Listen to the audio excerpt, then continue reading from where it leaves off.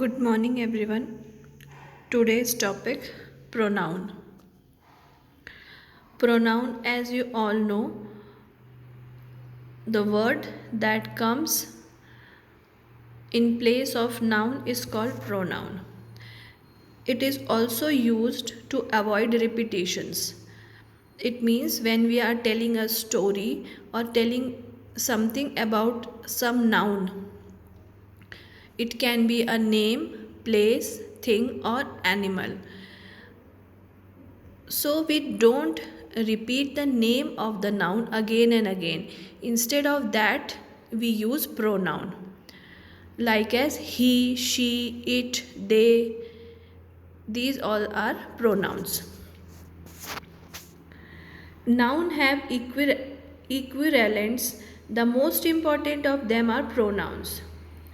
The pronoun is always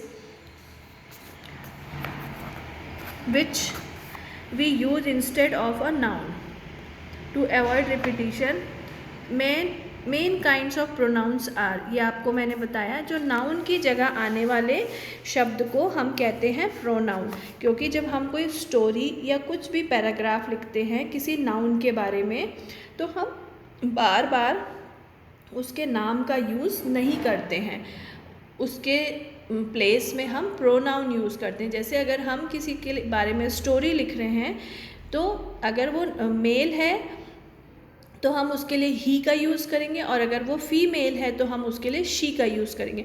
बार बार हम उसके नाम का यूज़ पूरी स्टोरी में नहीं करेंगे। तो the word that is used against noun is called pronoun. उसमें सबसे पहले आता है पर्सनल प्रोनाउन। पर्सनल प्रोनाउन मतलब जब हम अपने बारे में बात करते हैं तो we don't use our name.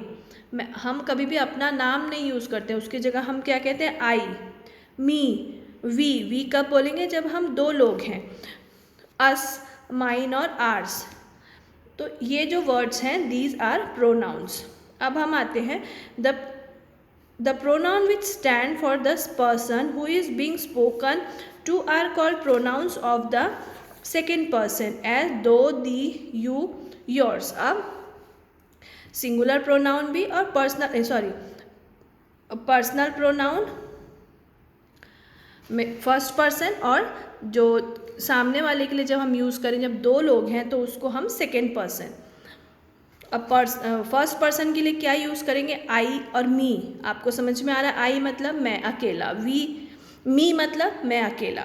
अब ये हो गया सिंगुलर। अब प्लूरल में क्या होगा, प्लूरल का मतलब एक से ज़्यादा, मतलब वी, अस में भी दो लोग आते हैं, माइन और आर्स, हम दोनों का। The pronoun which stand for the person spoken of are called pronouns of the third person। अगर किसी के बारे में बात करी जा रही है तो वो थर्ड पर्सन हो जाए। Which stand for the person spoken of are called, मतलब जिसके अगर हम दो मिलके किसी तीसरे व्यक्ति के बारे में बात कर रहे हैं तो वो हो जाएगा प्रोनाउन ऑफ थर्ड पर्सन। अब reflective and emphatic pronouns. When these forms of pronouns are used as objects, they are called reflective pronouns, used after adding self or selves to are, my, her। Reflective मतलब जब किसी चीज़ में मेरा अपना उसमें जो power show कर रहा हो। जैसे उन्होंने क्या कहा, जब हम उसमें यूज़ करते हैं माई सेल्फ, मेरा, योर सेल्फ, तुम्हारा, आर सेल्फ, जिसमें सेल्फ्स का यूज़ किया जाता हो, एडिंग सेल्फ्स और सेल्फ्स, तो ये होते हैं reflective pronouns. Demonstrative pronoun. The pronoun this, that, these, those, ऐसा प्रोनाउन जिससे किसी चीज़ को डिमॉन्स्ट्रेट मतलब पॉइंट आउट करके हम उसको हाईलाइट करते हैं। This is my pen, that is your pen, these are my books, those are your books. मतलब ऐसे शब्द जिससे कि हम किसी चीज़ को पॉइंट आउट करके क्लियर करें कि दीज आर माई और योर्स।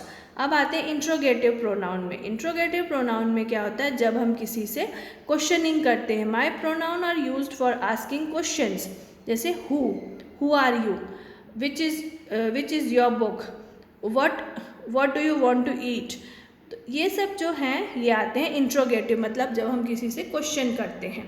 अब इंडेफिनाइट प्रोनाउंस। इंडेफिनाइट प्रोनाउंस में क्या होता है, जहाँ पे कुछ क्लियर नहीं होता है, बस थोड़ा, मेनी, फ्यू, ऐसे, मतलब जहाँ पे नंबर से क्लियर नहीं होता है वहाँ पे थोड़ा क्वांटिटी से होता है।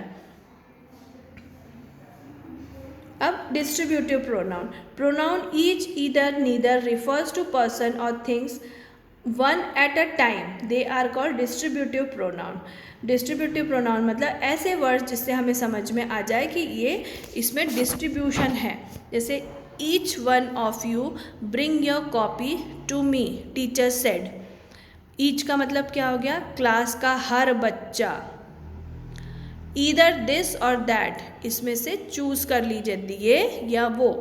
तो डिस्ट्रीब्यूट मतलब जहाँ हमको बिल्कुल क्लियर हो जाए कि ये किसके लिए और कितने लोगों के लिए ये कमांड दी जा रही है। अब relative pronoun. Sometimes an interrogative pronoun can be used also as a conjunction, then it is called the relative pronoun. जब जो इंट्रोगेटिव प्रोनाउन है उस वहाँ पे हम एक कंजंक्शन का भी यूज़ करते हैं, एंड, और, बट, और then it is called relative pronoun. तब वो क्या बन जाता है, वहाँ पे वो रिलेटिव प्रोनाउन। मतलब जैसे Geeta and Sita are sisters, तो जो बीच में एंड लगा, और अगर मैं इसमें इंट्रोगेट कर दूँ who are Sita and Geeta, तो यहाँ पे कंजंक्शन भी आया, इंट्रोगेशन भी हुआ, और ये क्या हो गया, रिलेटिव प्रोनाउन हो गया। ओके, तो यू गॉट इट। प्रोनाउन का बेसिक फॉर्मूला आप वो याद रखें कि the word used instead of noun to avoid repetitions in the paragraph or sentence of a same noun. So pronoun is used there. Okay, so listen this carefully. Each and every class has this topic in your grammar textbook, pronoun. Read it from there, listen the video carefully, and after that I will send you the homework related to this chapter. Okay.